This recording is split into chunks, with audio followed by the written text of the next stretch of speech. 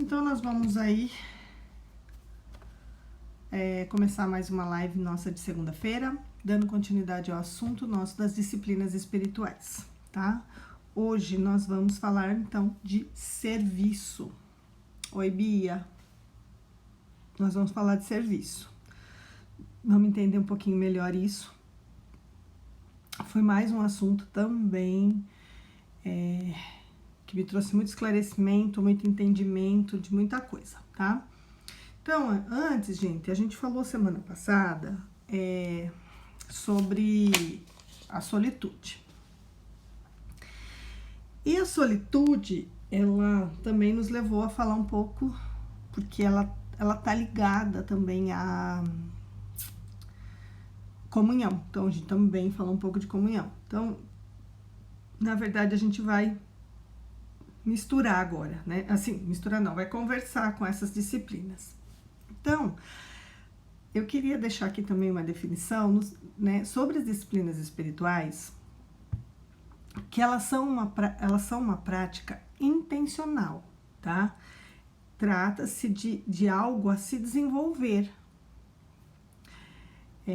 para, né, podermos ter uma melhor vida devocional e piedosa, né? Então, por isso que as disciplinas existem. E como cristão, a gente precisa viver de forma devocional e piedosa, né? Então, trata-se de uma caminhada no processo de santificação. E, como eu falei, né, o serviço, a comunhão, a comunidade, elas vão estar super ligadas hoje na nossa conversa, mas a grande questão é que elas todas, as disciplinas, elas conversam, elas se ligam totalmente. E é interessante que a maioria das pessoas que fazem estudos sobre isso, ou escrevem livros sobre isso, eles começam sempre falando do estudo bíblico, falando da palavra, né? Que aí a gente tem o estudo bíblico, tem a leitura da palavra, tem o ouvir da palavra, né? E por que o estudo bíblico? Porque se você der continuidade ao seu processo de desenvolvimento do seu cristianismo, vamos pôr dessa forma, a sua vivência cristã. Oi, Ana. Sem ter uma boa doutrina bíblica, né? Sem ter um bom conhecimento bíblico, todo o resto vai ficar errado, todo o resto vai ficar comprometido. Então, o ouvir a palavra de Deus, o ler a palavra de Deus, o estudar a palavra de Deus são extremamente importantes para dar sequência a essa caminhada de vida com as disciplinas espirituais. E as disciplinas, elas não deveriam ser vistas por nós assim. Então as disciplinas são algo que eu, como crente, como cristão, tenho que fazer, né? Então, o cristão tem que orar, o cristão tem que evangelizar, por exemplo. O cristão, ela entra nas categorias de coisas e de uma lista de coisas que eu tenho que fazer. Não, você não tem que fazer. Isso tem que ser natural, faz parte de quem você é. Se você é um cristão, isso faz parte de você. Não é uma coisa que você... Como que eu posso falar? Van Souza, até vou parar o que eu tô falando para dizer um oi. Não acredito. Que alegria você aqui. E essa bebê linda, como está? Que bom que você tá aí. Fiquei feliz agora. Então, voltando nesse momento. As disciplinas, elas têm que ser algo que é natural, né? E que lógico, vai ter um esforço, porque a gente, né, é um trabalho, é um desenvolvimento, mas a gente tem que entender que é parte daquilo que somos. Se somos cristãos, isso faz parte da nossa vida, tá? Então, as disciplinas, elas começam ali com o estudo para que você tenha uma base, né? De todo o resto. E aí a meditação da palavra, ela tá dentro do estudo da palavra, né? Porque você estudou, você medita, e a meditação da palavra leva você a orar a palavra. Então, a oração está vinculada à meditação, a meditação à oração, e a oração te leva à solitude, a solitude te faz meditar na palavra. Então, elas estão muito muito ligadas. O jejum, por exemplo, fala, mas o jejum totalmente ligado, porque jejum só faz sentido com oração, sem oração não tem por que existir jejum, então ele tá ali ligado, porque aí você vai fazer jejum, porque você vai orar, porque você vai meditar e você vai estar em solitude, né? E aí entra a solitude, e a solitude ela existe internamente para que algo em você se transforme, mude, para que você desenvolva uma boa comunhão. Então, a solitude gera comunhão e comunhão gera solitude. É dessa forma que vai. E se existe a comunhão com os outros, existe a necessidade e o natural que exista o serviço, o servir o outro. E quando servimos o outro, geramos através da comunhão, a comunidade. Então, assim, não tem como. Uma coisa tá ligada e vinculada à outra indiscutivelmente, tá? Então, hoje o nosso tema é serviço. Então, serviço tá para a comunhão, a comunhão para a comunidade para o serviço. E é um ciclo, tá? Isso é uma introdução que eu queria fazer para definir um pouquinho desse assunto, né? Para definir um pouquinho de tudo isso que a gente vem conversado nesse tempo, né? E a comunhão, na última live, né, eu coloquei, né, que para se ter comunhão, na verdade eu não falei especificamente disso, a gente colocou algumas questões da comunhão, e até eu mencionei que no Éden, né, o homem, né, e a mulher ali estão no Éden e após o pecado eles são expulsos do Éden. E ao serem expulsos do Éden, eu perguntei na live, né, qual era a única coisa que eles levaram do paraíso com eles. A única coisa que saiu de lá com eles, que saiu com o homem, que saiu com a mulher, foi o outro, né? Então o homem saiu de lá com a Eva. Foi a única coisa que ele levou do paraíso. E a Eva foi o Adão, a única coisa que ela levou. Então, assim, isso nos faz devedores um dos outros para sempre.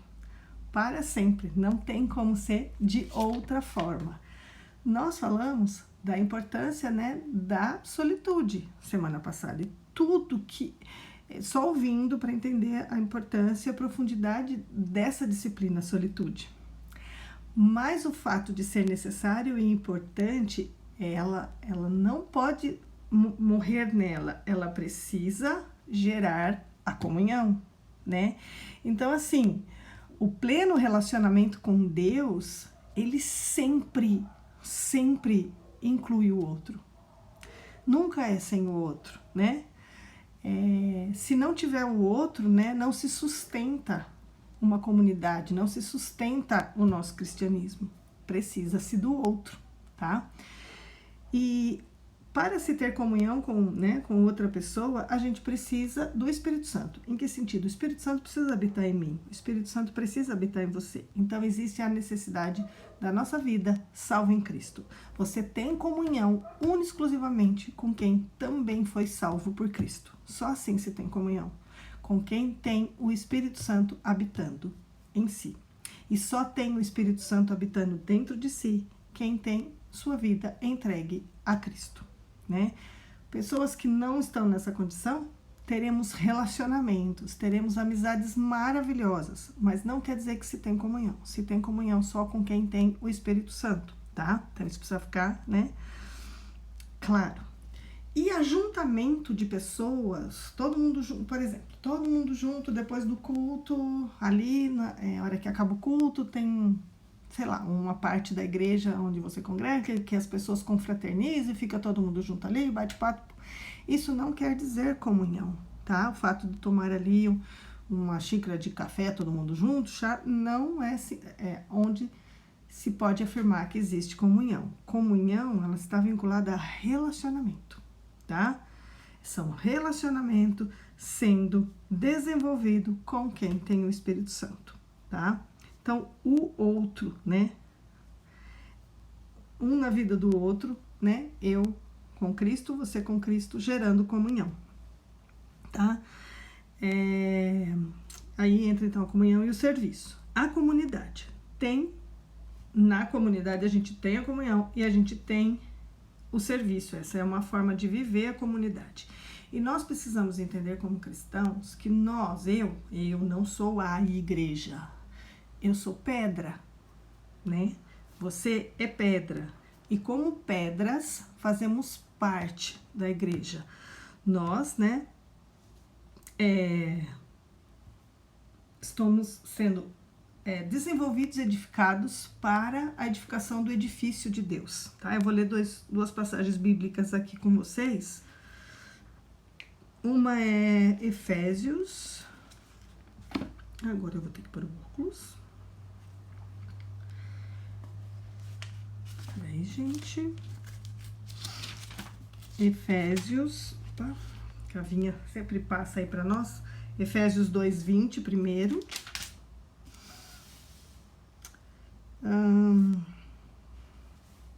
Eu vou ler o 19 antes, para a gente ver o contexto melhor, né?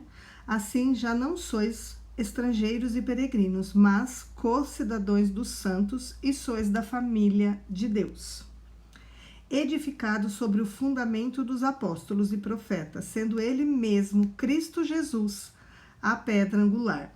Continua no 21, desculpa, pode incluir o 21, Vinha. No qual todo edifício bem ajustado cresce para santuário dedicado ao Senhor. Então, nós somos pedras, estamos crescendo, sendo um edifício, né, bem ajustado, para dedicação ao Senhor. O outro versículo é 1 Pedro 2, deixa eu ver até onde eu vou ler, tá? Se eu vou ler só mais ou menos. Mas 1 Pedro 2... Ai, nossa, como é duro quando eu grudo essas Bíblias. 1 Pedro 2. Deixa eu ver aqui. Vou ler o 4 antes. Chegando-vos para ele, a pedra que vive, rejeitada assim pelos homens, mas para com Deus eleita e preciosa. O 5. Também vós mesmo, como pedras que vivem, sois edificados casa espiritual, para ser de sacerdócio santo, a fim de oferecer sacrifícios espirituais e agradáveis a Deus por intermédio de Jesus Cristo, tá? Então, eu li o 4 e o 5, 1 Pedro 2, 4, 5. Nós somos, então, né, edifícios aí e pedras não são tijolos, né? O tijolo, você passa ali a massa, põe o tijolo, aí põe outro e vai se encaixando, certo? Mas pedra, não sei quem já teve oportunidade de ver construções de pedra, né? De casas e pedras mesmo. Elas têm que ir se encaixando uma na outra. Na maioria das vezes não se tem, pelo menos na antiguidade, tá, gente? No tempo antigo era assim que era feito e é como eles estão se referindo aqui na palavra. Então, não tem, elas vão se encaixando, se raspando uma na outra para dar o encaixe e ir edificando os pilares, o que é necessário para manter a casa em pé. Então, é isso que nós representamos, né? Isso é vida de comunhão, né? É esse raspar das pedras, tá? E a palavra koinonia, que a gente escuta muito, que tem a ver com comunhão, ela não é uma palavra... ela é uma palavra que fala de pessoas junto mesmo, né, ela surgiu muito depois, né, da formação aí da igreja, né, e onde as pessoas eram muito diferentes uma das outras. Tinha escravo, tinha gentil, tinha judeu, e as pessoas estavam ali aprendendo a viver com as diferenças, né. Eu vou ler mais duas passagens para vocês, né, a famosa passagem de Atos 2. Já vamos entrar aí no serviço, tá? Opa, Atos 2. A partir do 42, tá? É o contexto lá dos apóstolos, todo mundo junto ali e tal. E eles falam, né?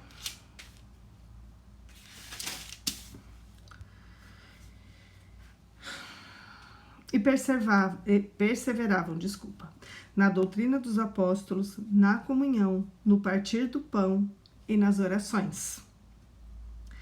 Em cada alma havia temor, e muitos prodígios, sinais eram feitos por intermédio deles.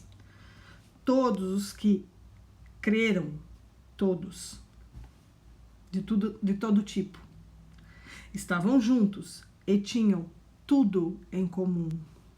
Não que não eram diferentes, tá? Vendiam suas propriedades, distribuíam seus produtos, né, entre todos, à medida que alguém tinha necessidade.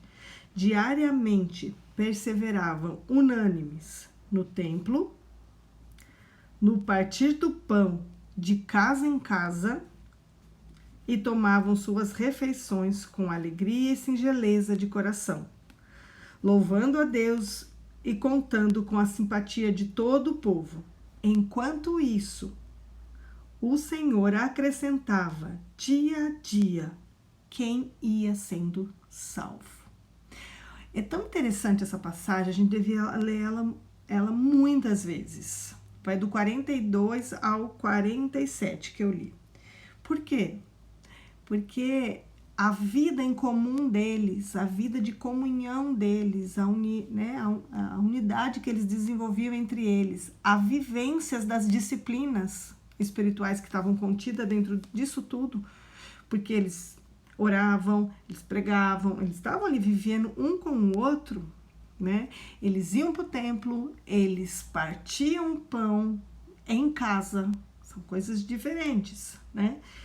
E faziam, né? Eles tinham testemunho de vida, e isso fazia com que eles crescessem, e Deus, não havia esforço humano da parte deles, Deus enviava, acrescentava a eles quem ia sendo salvo, né? Depois vai vir, lógico, as viagens missionárias, pregações, mas é incrível ver como as coisas podem acontecer dentro de um ambiente de comunhão, né? De relacionamento. Romanos 12, versículo 10. Amai-vos cordialmente uns aos outros com amor fraternal, proferindo-vos honra uns aos outros, né? E o fraternal aí é essa coisa, né, que vem da fraternidade, sabe? De vivência um com os outros, tá? Que dessas diferenças, de todo mundo junto, né? Então, é nesse contexto, né, e nessa proposta de vida de comunhão que surge o serviço, né? E aí, né, a gente se envolve com tudo isso e tá dentro da igreja e a gente vai servir, né? A gente quer servir ao Senhor e a gente tem um coração desejoso de servir o Senhor mesmo. É um coração que tem uma boa intenção, né? E só que daí a gente olha para o serviço como serviços como se fosse só atos ou ações a serem feitas, tá? Só um minutinho, gente, que eu vou parar a gravação aqui para poder começar outra, tá? Então, o serviço que a gente vai começar a falar agora, a gente olha para ele e fala assim, é uma ação, é algo que eu vou fazer, né? E serviço, como definição, é isso, é uma ação, é um fazer, é o efeito de dar de si, desempenho, tá?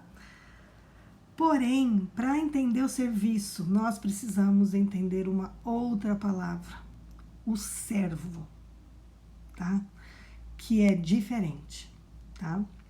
Então, o servo é alguém que serve. O servo, ele não tem direito, né? Ele está na condição mais que a gente podia entender como um escravo, tá?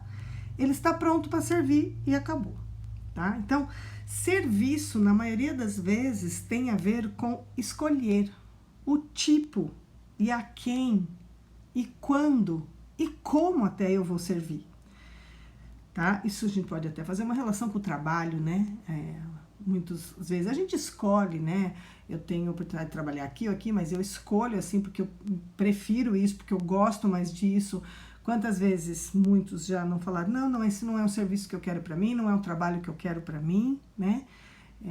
A gente vê algo diferente disso quando realmente a gente não tem opção, estamos necessitando de um trabalho, e aí a gente vai se submeter a qualquer tipo de trabalho. Mas na maioria das vezes nós estamos só na ação de fazer o serviço e o nosso coração não está nisso, né? Então o serviço, ele tem a ver com esse tipo de escolha. Vou repetir, eu escolho o tipo, eu escolho a quem, eu escolho quando. Então toda vez que eu estiver falando hoje sobre o serviço, sobre servo, sobre servir, tenta observar isso e colocar isso dentro do que você hoje já faz, como serviço ao Senhor, ou na sua igreja, ou de uma forma geral, mais, vamos dizer assim, não evangelística, missional, ou, né, como se fala muito hoje, pelo reino de Deus, tá? O servo não tem a ver com isso, o tipo de serviço fazer, o que escolher, a hora de fazer, não.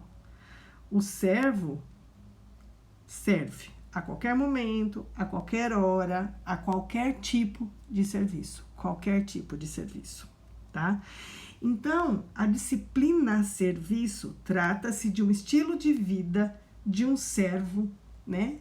Ou de um servir como Jesus serviu, tá?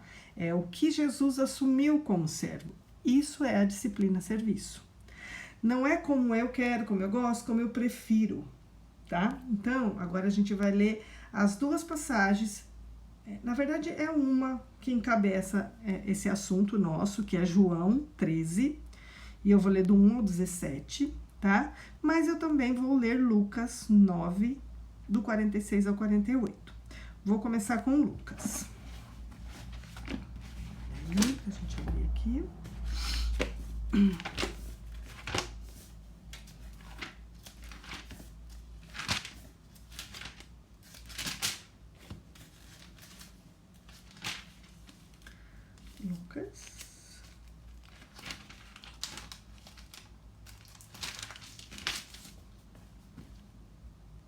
Lucas 9, né? 46.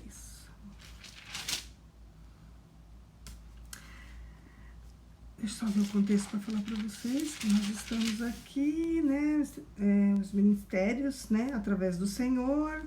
Tá falando do ministério da pronunciação, as necessidades físicas. Bom, eles estão conversando uma porção de coisas ali e no 46, levantou-se entre eles uma discussão sobre qual deles seria o maior. Mas Jesus, sabendo o que lhe passava o coração, tomou uma criança no colo e juntou a si, tá? E lhe disse: quem receber essa criança em meu nome, a mim me recebe, e quem recebe a mim, recebe aquele que me enviou. Porque aquele que entre vós for o menor de todos, este é grande, tá? E vamos para João, né? Voltar, na verdade, aqui. Não, vamos para João. E nós vamos ler o capítulo 13, do 1 ao 17.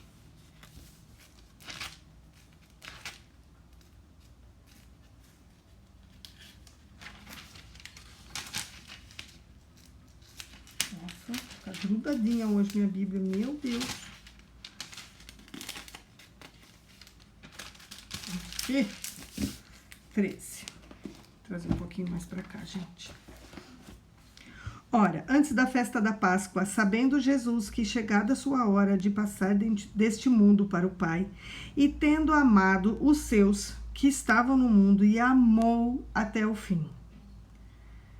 Durante a ceia, tendo já o diabo posto no coração de Judas Iscariote, Simão, que traísse Jesus, sabendo que que o Pai tudo confiara às suas mãos, e que ele viera de Deus, e voltava para Deus. Levantou-se da ceia, tirou a vestimenta de cima e, tomando uma toalha, cingiu-se com ela. Depois, deitou a água na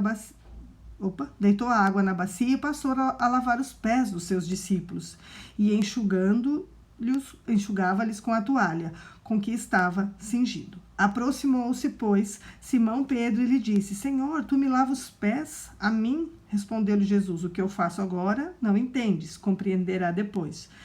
Disse-lhe Pedro: nunca me lavará os pés? Respondeu Jesus: se eu não te lavar, não lavar teus... Né?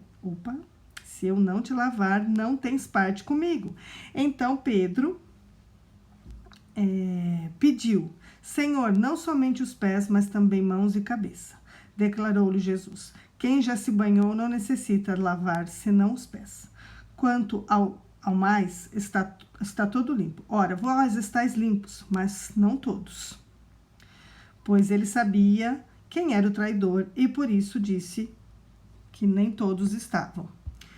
Depois de lavar os pés, tomou as vestes, voltando à mesa, perguntou: compreendeis o que eu vos fiz?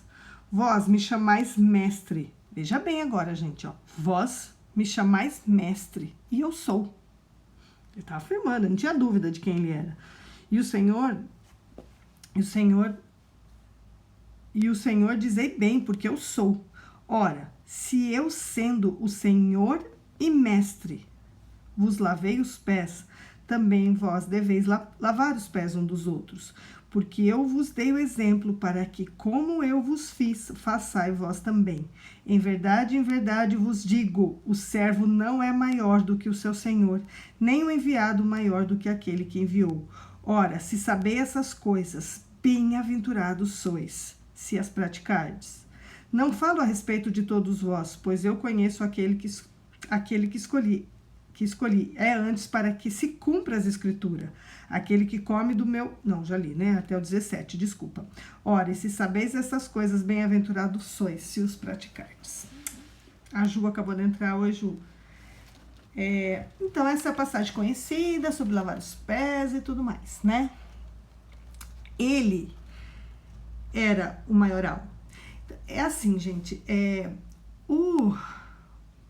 naquela época, eles usavam sandália, não tinha asfalto, então, assim, os pés sujavam muito, muito, muito, e às vezes sujava de cocô, de poeira, de barro, ai, gente, de tudo, tinha cavalo, tinha um monte de coisa, né, que sujava, e era necessário, quando você estava no ambiente da casa, se lavar os pés. Então, pessoas assim, mais bem, mesmo que não fosse muito bem de vida, mas assim, as pessoas que tinham mais condições financeiras, um status maior, eles tinham na casa um servo responsável só, né, para lavar, para fazer esse tipo de serviço, mas desprezível, gente, essa que é a palavra mesmo, né? Tinha alguém que lavasse os pés, as cacas que estavam no pé, né? E o que Jesus faz? Ele se coloca na função, não profissão, função mais desprezível da época e dá ali o exemplo para todos, né? Para que todos aprendam dele. E o que ele estava mostrando, aquele que quiser, né? Seja menor, bem-aventurado vocês vão ser se vocês praticarem isso, tá? Então, assim, primeira lição de quem é servo, de quem serve ao Senhor, quem acha que serve, vamos colocar assim, né? Quem acha que serve. O símbolo do serviço é a toalha. Se você é alguém que tem isso realmente claro, assim, eu sou alguém que realmente uso a toalha. Então tá, né? Porque o símbolo é a toalha. Jesus viveu como servo. Não era o que ele fazia, era o que ele era. Entende? Não se trata do que Jesus fazia, se trata de quem Jesus era. O serviço não é autonegação, tá? Serviço trata-se de pequenas mortes que vão além de nós mesmos. Olha isso, guarda essa frase. Porém, o serviço ele pode ser libertador, porque ele nos desobriga com outras pessoas. A gente não entra no jogo do outro, no jogo deste mundo. E qual é o jogo deste mundo?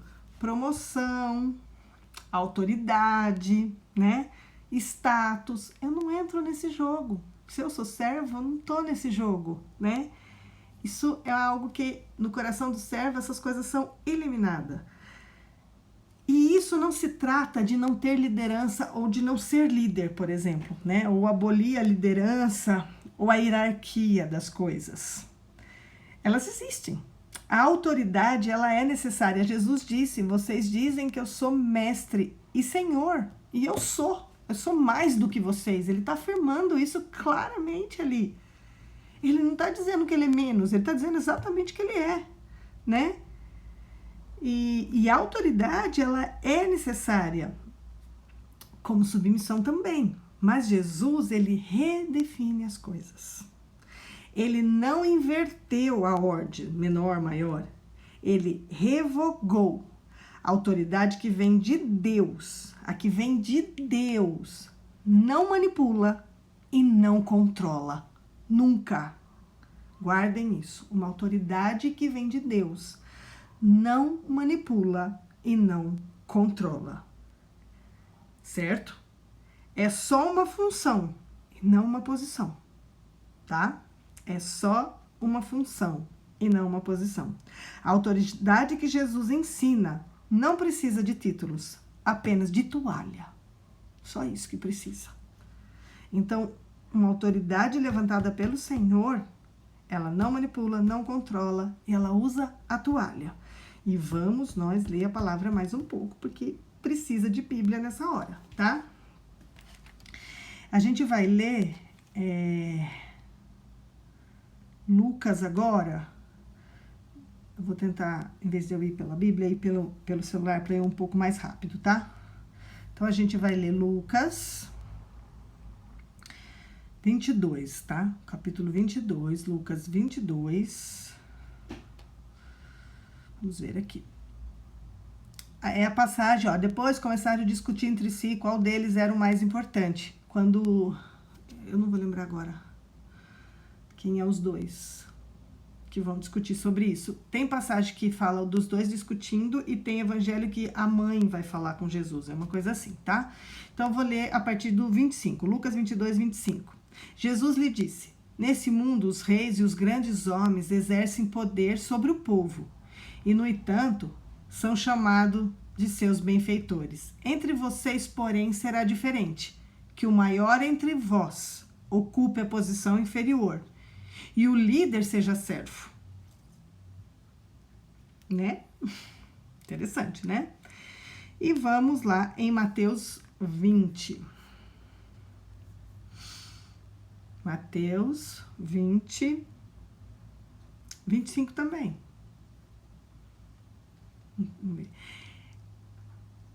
É a mesma passagem, né? Vai falar, acho que um pouco diferente.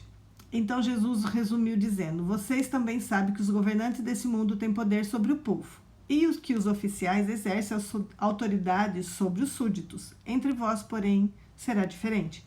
Quem quiser ser líder entre vocês, seja menor dos servos. E quem quiser ser o primeiro entre vós, que se torne escravo. Ok? Não atrapalhar. Então, agora eu vou falar com vocês algo que realmente está dentro do livro, tá? Celebrando as disciplinas espirituais. Agora eu vou falar realmente, exatamente o que está aqui, tá? Porque eu achei fantástico, achei incrível. Então, ele vai colocar assim: o que é um serviço de fariseu, né? Ele fala serviço farisaico versus um serviço verdadeiro, tá? Então, a gente vai falar assim: farisaico e verdadeiro. E aí é legal aquela observação assim: nossa, será que meu serviço é verdadeiro? Ou nesse caso é farisaico, tá? Então, observe dessa forma, ok? O serviço farisaico, ele passa sempre pelo esforço humano, sempre, tá? Então, ele é calculado, ele é planejado, ele tem a quantidade, ele emprega energia, tem um esforço. Não que as coisas não precisem ser planejadas, organizadas para elas serem feitas, tá? Mas é que ele está sempre naquele esforço humano e fala: o que a gente vai fazer para resolver isso? O que a gente vai fazer para essa gente mudar? Para esse comportamento aqui não... o que a gente vai fazer para esse jovem parar de agir assim? Entende? Ele tem um esforço humano, uma energia, um desgaste que é humano. O verdadeiro tem origem no relacionamento. Eu estou em relacionamento com aquele jovem, eu observo aquele jovem, eu vejo o que ele está precisando, o que ele necessita e eu me proponho a servir esse jovem. Eu pego a toalha como líder. Entende? Então, dei um exemplo do jovem. Eu vou ler algumas partes do livro, porque não tem como não ler, tá? Então, vai lá. O serviço farisaico deslumbra-se com coisas grandiosas. Preocupa-se em obter pontuação. Aprecia servir especialmente quando a tarefa é de proporção gigantesca. Já no serviço verdadeiro, quase não há distinção entre modesto e imponente. Quando a diferença é perceptível, o verdadeiro servo fica atraído pela obra menos suntuosa. Não por falsa modéstia, mas porque genuinamente considera a tarefa mais importante. Indiscriminadamente dá boas-vindas a toda oportunidade de servir. O farisaico, ele vive esperando a expectativa, ele precisa ter certeza que o povo está vendo, apreciando o serviço, busca o aplauso, com modéstia religiosa. Já o verdadeiro descansa feliz, sem holofotes. Não teme as luzes, nem atenção, mas também não procura. Não quer dizer que se tiver holofote, se tiver uma luz ali, tem problema, gente. Mas é que essa pessoa que é servo, ela não se preocupa. Se tiver, teve. Se não tiver, não teve. Tá tudo bom para a pessoa. O farisaico, ele vai olhar o resultado, ele vai esperar, para ver que se a pessoa que serviu vai retribuir na mesma moeda, né? Muitas vezes ele vai ficar amargurado se essa resposta não vier. Já o verdadeiro, ele está livre dessa necessidade de calcular dividendos. Tem deleite no serviço. E pode servir com liberdade, porque ele serve tanto inimigo como amigo, porque não tem a ver com a pessoa, tem a ver com ele. Ele é servo, sabe? Sabe, tipo assim, eu vou dar um exemplo que me veio agora, tá, gente?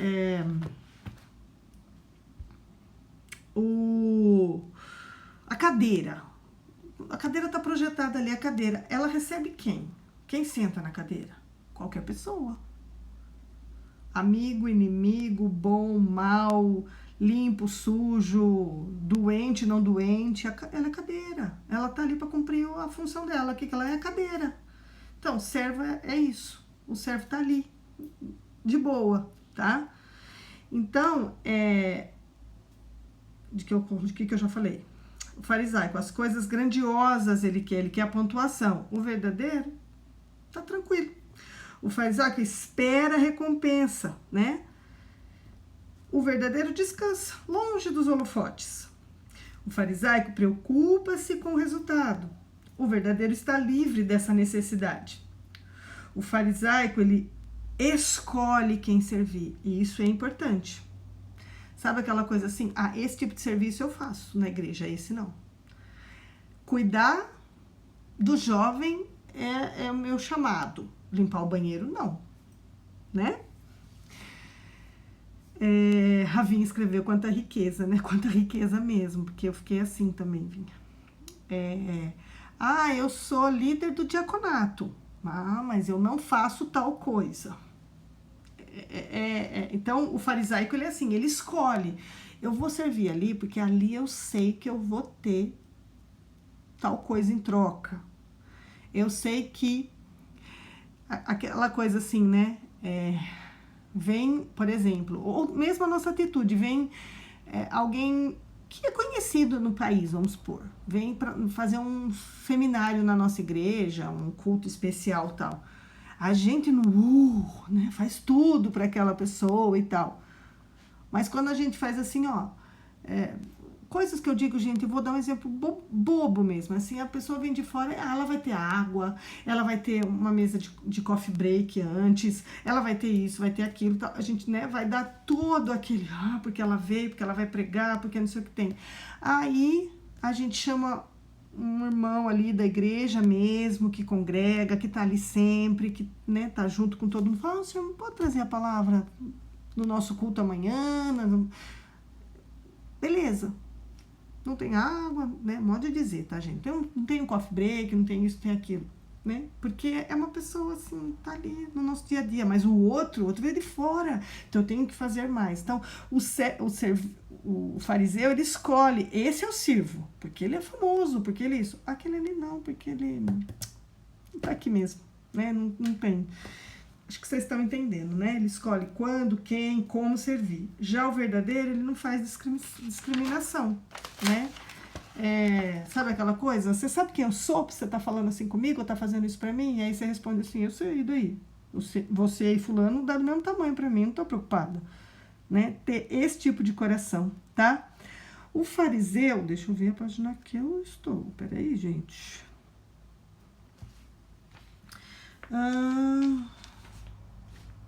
Aguenta aí que eu fui falando tudo. Já estamos aqui, né?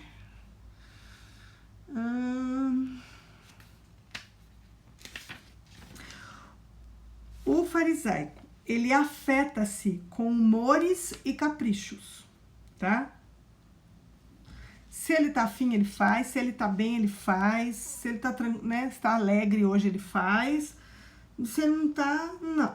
Se ele acordou, né, com a lua virada dos avesso, não vou fazer.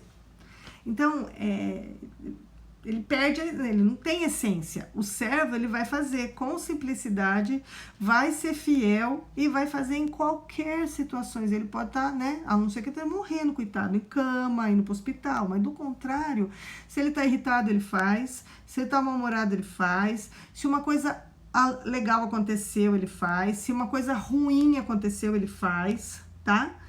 Ele tem essa essência, tá? Já li. Por humores e capricho, então, ó, a saúde abala, por exemplo, ó, ele fala aqui no livro, a saúde abala e o sono ruim controla o desejo de servir. Ele chega a colocar. O servo verdadeiro ministra com simplicidade, porque existe uma necessidade, então ele olha para a necessidade.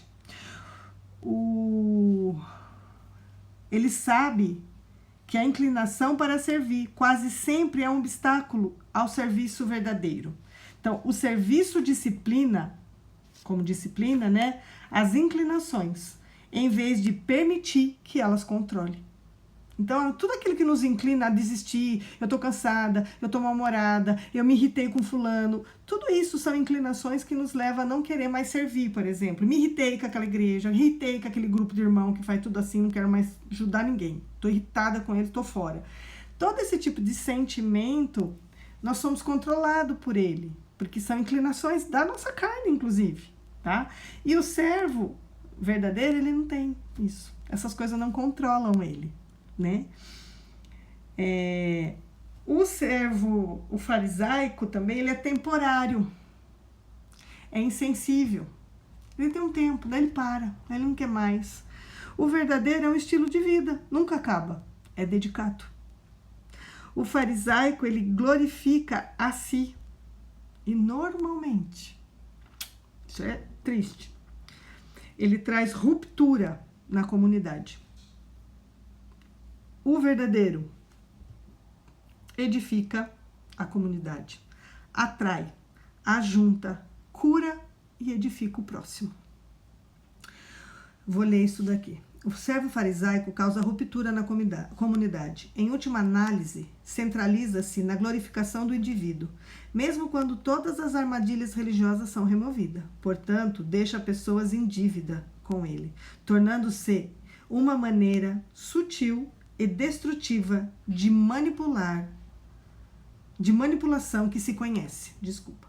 O serviço verdadeiro edifica a comunidade. Ele ocupa-se de maneira silenciosa, despretensiosa em cuidar da necessidade do povo. Atrai, ajunta, cura e edifica. Então, quando entendemos isso, passamos a desenvolver a virtude da humildade. Ele explica no livro que humildade não é adquirida buscando, tipo, eu vou buscar fazer assim, assim para me tornar uma pessoa mais humilde. A gente não se torna. A humildade, ela é gerada naturalmente. E o serviço tem o poder de promover e desenvolver isso, tá? Aí, a gente tiver barulho, é vizinho, cachorro, tá?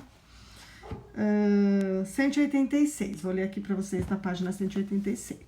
Nada como serviço para disciplinar os desejos desordenados da carne, e nada como servir longe dos holofotes para transformar os desejos da carne. Se a carne fica contraída por causa do serviço, ele protesta aos berros. Deixa eu voltar porque estão fazendo barulho aqui, me perdoem, tá? Se a carne fica contrariada por causa do serviço, ela protesta aos berros para não chamar atenção. Ela se contorce em buscar honra e maquiar meios sutis, aceitáveis à religião, de obter reconhecimento público pelo serviço prestado. Se nos recusarmos a ceder ao desejo ardente da carne, então encontraremos Cristo crucificado. Cada vez que crucificamos a carne, crucificamos também o orgulho e a arrogância, tá? Então, é uma coisa bem interessante que ele fala aqui. Outra coisa que ele vai mencionar aqui eu tô pegando o finalzinho, tá? Daí do capítulo ele fala: mas até do que a transformação que está acontecendo dentro de nós, temos uma consciência de alegria e amor mais profundo em Deus. Aí ele fala assim: os dias são entremeados com instantes espontâneos de louvor e adoração. Servir as pessoas alegremente, sem reconhecimento, é encenar uma oração de ação de graça. Parece que um novo centro de controle nos direciona. Parece e é assim. Na verdade, tem muito mais a ver com liberdade que você encontra do que controle e manipulação, tá? Muitas vezes, né, ele vai também colocar um pouco disso. A gente tem medo de servir dessa forma. Por quê? Porque a gente fala assim, mas vão se aproveitar de mim, né? Se eu sirvo desse jeito, sem ter ali um pé atrás, vão abusar da minha boa vontade. Vão abusar de mim. Vão querer que eu faça um monte de coisa. Eu não vou falar não, e não sei o que, né? Eu vou fazer papel de idiota, eu vou fazer papel de trouxa, né? Ele vai colocar isso. Aí eu vou ler mais 2 pontos aqui para vocês, que eu achei interessante. Fala do medo, daí ele fala assim: portanto, é justificável o medo de que as pessoas se aproveitem de nós e nos pisem. E é exatamente isso que pode acontecer, sim. Contudo, olha que legal. Quem pode ferir alguém que escolheu livremente ser pisado? Thomas Kempis, que é aquele livro que eu sempre falo para vocês, de Imitação de Cristo, ele faz uma menção de Thomas Kempis aqui, recomenda: torna-te tão humilde e submisso que todos te possam pisar e calçar aos pés, como se você fosse uma lama na rua. Gente, quando eu li isso, eu falei, meu Deus, como faz? Vamos aceitar Jesus de novo e tentar começar tudo de novo? Porque a conclusão que a gente chega é que a gente não tem nada disso. Como assim? Eu vou me livremente decidir que eu sou lama e que as pessoas podem pisar. Mas é verdade, gente, quem se posiciona dessa forma não tá preocupado se vai pisar ou não. Eu já decidi que pode me pisar, não tô nem aí, não é? É muito incrível. É incrível, mas é difícil demais. Então, gente, é o seguinte: quais os serviços a servir com o coração de servo? Ficou até estranha essa frase, né? Mas quais os serviços a servir com o coração de servo? Serviço, ele não é uma lista de coisas para fazer, embora a gente vai descobrir e vai fazer as nossas listas de coisas. Mas atos específicos de serviço. Isso é ser servo mesmo. Esse é o serviço, disciplina espiritual. É ter atos específicos de serviço. Desculpa. Ato específico de serviço não é viver a disciplina serviço. Então, um ato, uma ação que eu faça, não quer dizer que eu estou dentro da disciplina serviço. Então, assim, existem vários, né, serviços.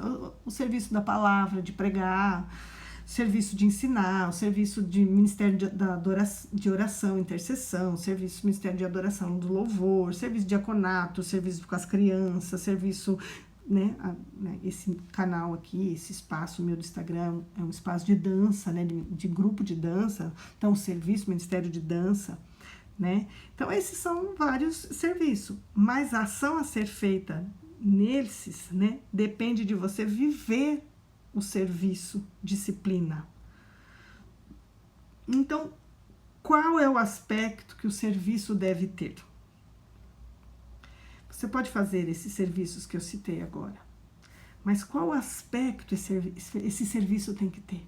Como ele precisa ser realizado? E essa é a grande chave da coisa.